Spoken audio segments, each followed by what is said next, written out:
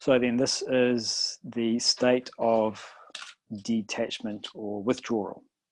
So we've worked in these ways: self-control, service to the community, higher thoughts and emotions, study, reflection you're talking about.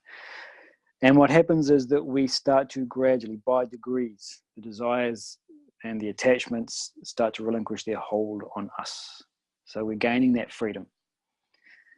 The question now is, okay, if I'm not constantly being dragged out into the external environment, what am I going to do with my thoughts?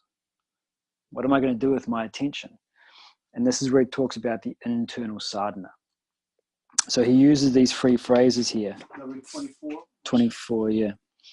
Who is happy within, who rejoices within, who is illumined within.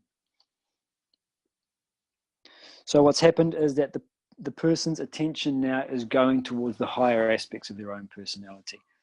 Ultimately, what we're talking about is shifting the focus of attention off the changing aspects of the personality and onto the unchanging aspect of the personality.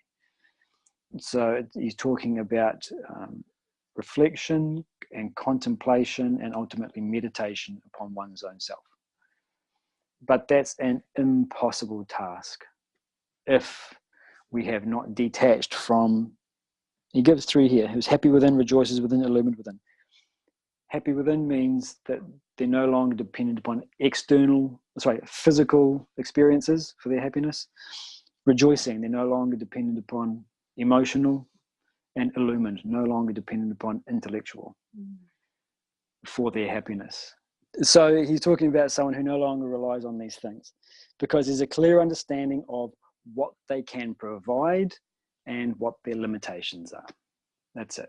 And this is the whole definition of detachment or renunciation or withdrawal. It's nothing other than a correct understanding of what it can provide, what it cannot. So an introverted person is someone who has an inward goal, and they're constantly relating to that.